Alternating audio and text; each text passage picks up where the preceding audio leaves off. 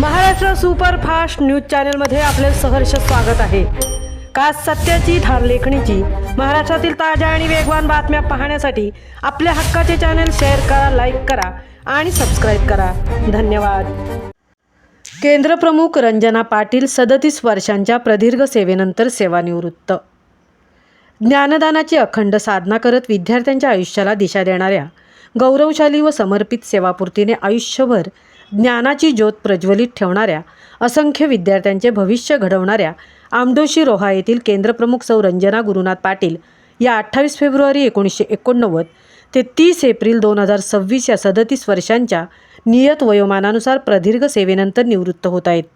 त्यांच्या या सेवानिवृत्तीनिमित्त आयोजित या समारंभास त्यांच्या कार्याचा गौरव करण्यासाठी आणि या सुंदर प्रवासाचे साक्षीदार होण्यासाठी पेण येथील आगरी समाज विकास सभागृहात आयोजित केलेल्या या कार्यक्रमासाठी सत्कारमूर्ती रंजना पाटील, सेवानिवृत्त शिक्षक प्रभाकर नाईक वडील, प्रतिभा नाईक आई, रायगड जिल्हा सेवानिवृत्त शिक्षक संघटनेचे अध्यक्ष अमरचंद पाटील, संघटनेचे कोकण विभाग प्रमुख तथा केंद्रप्रमुख प्रमोद पाटील, कर्जत गट शिक्षणाधिकारी प्रमोद पुरी, माजी अध्यक्ष रविकांत ठाकूर, आगरी सामाजिक संस्थेचे सरचिटणीस धनाजी घरत, जिल्हा सरचिटणीस गुरुनाथ पाटील पेण, कोषाध्यक्ष प्रदीप म्हात्रे, दत्तात्रय नांदेडकर, प्रणय नाईक, शुभम पाटील, श्रेयस पाटील, सुशील पाटील, अशोक पाटील, रमेश पाटील, भावना पाटील, माजी केंद्रप्रमुख श्वेता पाटील, वावेघर रोडे शाळेतील शिक्षक व विद्यार्थी आदी उपस्थित होते।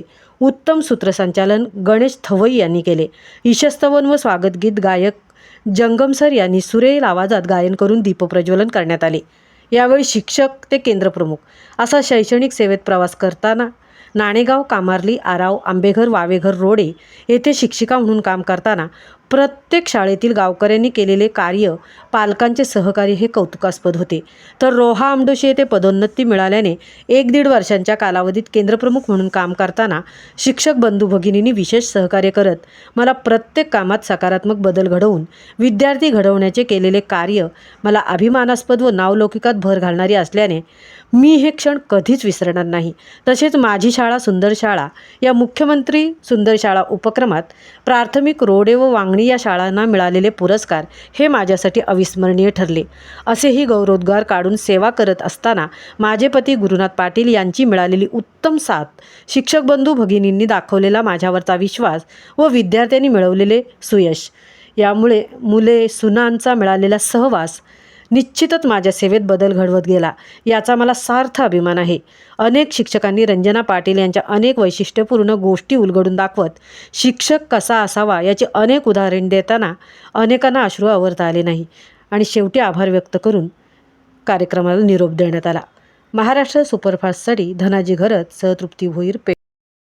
सुरक्षित नेणं आणणं ही त्याची मोठी जबाबदारी होती। खरोखर त्याच्या घरी असेलच काहीतरी काम, पण त्याने तिकडे दुर्लक्ष करून आईला वेळच्या वेळी नेऊन मम्मी तर आठवलं की नाही, मम्मीने फोन केल्या घरी हजर आणि त्याला तिला वेळेवर नेणं आणि वेळेवर घेऊन येणं मोठी जबाबदारीचं काम केलं, खूप जबाबदारीचं काम केलं। मी त्याला धन्यवाद देतो। खरंच असा मुलगा सुद्धा करू शकत नाही एवढं त्या कल्पेशने या मम्मीसाठी केलेलं आहे। खरोखर मला त्याचा अतिशय आदर वाटतो। कसंही काम सांगा, कधीच नाही बोलणार नाही, कुठेही चल घडवले। 1991 पासून विद्यार्थी घडवले, पण या सर्व शिक्षक बंधू भगिनींच्या सहकार्यानेच मला विद्यार्थी घडवता आले। ते नसते किंवा त्यांचं सहकार्य नसतं तर मला ते घडवता आले नसते। 89 ला मी नाणेगाव शाळेत हजर झाली आणि तिथून माझा हा प्रवास सुरू झाला। त्या प्रवासामध्ये खंबीरपणे उभं करण्याचं नेतृत्व जे मला दिलं ते माझ्या आईला